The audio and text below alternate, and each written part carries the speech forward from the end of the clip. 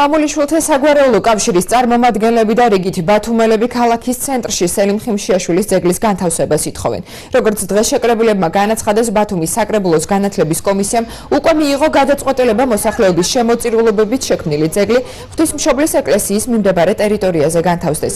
Თუმცა ორგანიზაციის წევრების თქმით, ბათუმის საკრებულოს საკითხის ხდომაზე შეგნებულად არ გააქვს და მის გადაწყვეტას აჭიანურებს. ნიაზ ბოლქოძე ამბობს, რომ თუ კი საკრებულოს საკითხის განხილვას არ დააჩქარებს, გადაწყვეტილებას ბათუმელები მიიღებენ.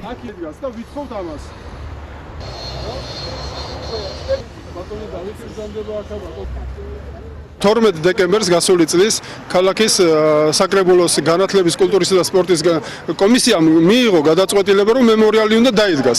მიუხედავად ამისა, დღემდე საბოლოო გადაწყვეტილება არ არის. მთელი საქართველო, ქართველი ხალხი ელოდება ამ დღეს, მაგრამ მიუხედავად მრავალჯერ დაპირებებისა, დღემდე, ესე იგი, როგორც ჩანს, უშედეგოდ არის ეს დაპირებები. ამიტომ ჩვენ ვითხოვთ, რაც შეიძლება მალე ადგილის გამოყოფას. საკითხის გადანას საკრებულოზე მოგეხსენებათ თავისი წესი აქვს.